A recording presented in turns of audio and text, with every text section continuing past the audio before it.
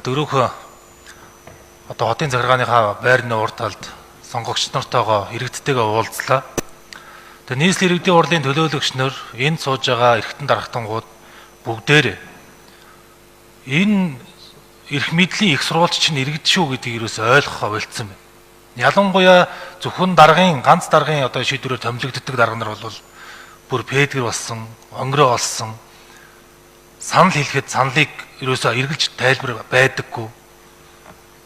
Хэлцэх асуудлыг ийм санал оруулмаараа энийг ажлын зарчимтай саналуудыг өгөөд байхад хүртэл хариу өгдөггүй. Бичгээр өгье гэдэг байдаггүй. Презентацийн бэлтгэлээ, танилцуулга бэлтгэлээ үг үсгээ алдаатай орж ирдэг.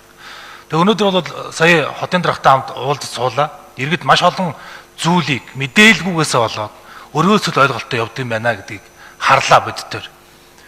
Энэгээр юу хэлж ийнэ гэхээр дүүргийн засаг дарга нар нь дүүрэгдээ ямар ажлуудыг яаж хийдэм бэ гэдэг иргэдэд мэдээлэх эрхийг нь өгдөггүй, мэдэх эрхийг нь хангадаггүй. Нөгөө хэсгийн ахлагч нар гэдэг байгаа. Энэ нийслэлийн иргэдийн хурлаас гаргаж байгаа тогтоол шийдвэр, биелэлтэнд хяналт тавих тэр мэдээллийг хангалттай өгдөггүй. Тэгээ хангалттай өгдөг юм чи иргэд бухимдаж байгаа байхгүй. Одоо ингээ мега төсөл, мега хулгай болоод ингээ их хурл дээрээ болон бусад их хурлын гишүүд нь хүртэл ойлгодгүй нийслэл ямархуу их хэмжээний хүрээнд ямар ажлуудыг санаачилт юм бэ гэдэг дээр тодорхой мэдээлгүй учраас тэнцээ бухимдаж байгаа.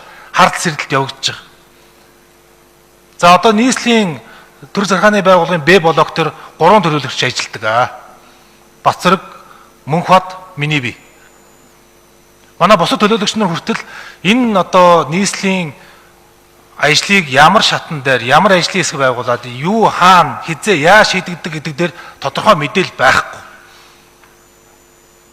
Тэгээ би өнгөрсөн 7 хоногт бол нийслэл их хурлын арчил намын бүлгийн гишүүдтэй Улаанбаатар хотын засаг дарга нутаг дэвсгэрийн одоо хэмжээнд ямар шийдвэр гаргадгийг нийслэлийн удирдлагын баг болон нийслэлд ажиллаж байгаа хүмүүсийг энэ танхимаар орж ирээд ямар асуудлууд орж ирдэг, ямар тулгамж байгаа асуудлуудыг шийддэм бэ гэдгийг танилцуулъя гэд одоо урилга өгсөн баг. Тэгэхээр манай зарим төлөөлөгч нар ч гэсэн одоо нийслэлийн дотоод асуудал руугаа гүн орж хяналтаа тавьмаар байна. За жишээлх юм бол нийслэл худалдаа ажиллагаа гэж бүр үнэхээр одоо нарийн сегментэнд орцсон, бүтц бүрэлдэхүүнд орцсон. Үнэлгээний хорон дээр ямар хүмүүс сонгон шалгуулж орж ирдэг. Үнэлгээний хорон буюу А3 лиценз авсан хүмүүс орох ёстой. Ороод тухайн асуудлаа мэдэхгүйгээр ам дагаж гар өргөдөг. Нэг газар 10 жил ажилласан хүмүүс тэнд хамаарал бүхий компаниудаа давуу байдал олгох нөхцөлүүдийг хүртэл бэлдэж байгаа. Өнөөдөр бид мега хулгай гэдэг их хурлын гишүүд бүгд ярьж байгаа бол энэ миний буюу татвар төлөгч болгоны нэг төгрөг болгоныг бид нэр анхаарах хэрэгтэй юм байна. Явж том төслүүд, том хулгаануудыг танаа нам өөрсдөө дотроосоо л хагаралдаг, буталдаг. Улс төржүүлж байгаа асуудал бол манай арчилсан намдаа байдгүй шүү дээ. Танаа дотоод хэрүүлээс чинь болоод энэ бүхэн өөрсдөө гацчих. Эрх мэдэл хаана байгаа? Та нарт л байна. Гарын хэсэг хаана байгаа? Та нарт л байна.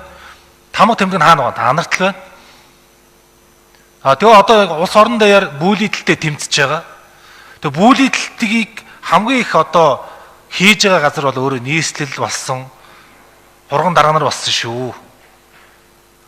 Ганцхан зарчим байгаа. Сүүлийн 2 жилийн одоо хугацаанд сонгогсноос хойш нийслэл Улаанбаатар хотынхоо хаан уул дүргээ сонгогдсон хүний хувьд хамгийн бодиттой ажлыг яаж хийх вэ? Яг иргэдийн тулгамж байгаа асуудлыг яаж хурдтай шийдвэрлэх вэ? Маш олон ажлуудыг гараас гаргаж байгаа. Тэрэн дээр хамтарч ажиллаж байгаа удирдлагын багтаа бол би баярлж байгаа. Иргэний асуудлыг яг иргэний асуудал гэж ойлгож тунгааж зөв шийдвэр гаргахад нь дэмжлэг үзүүлж байгаа зарим төлөөлөгчдөөс бас баярлалаа.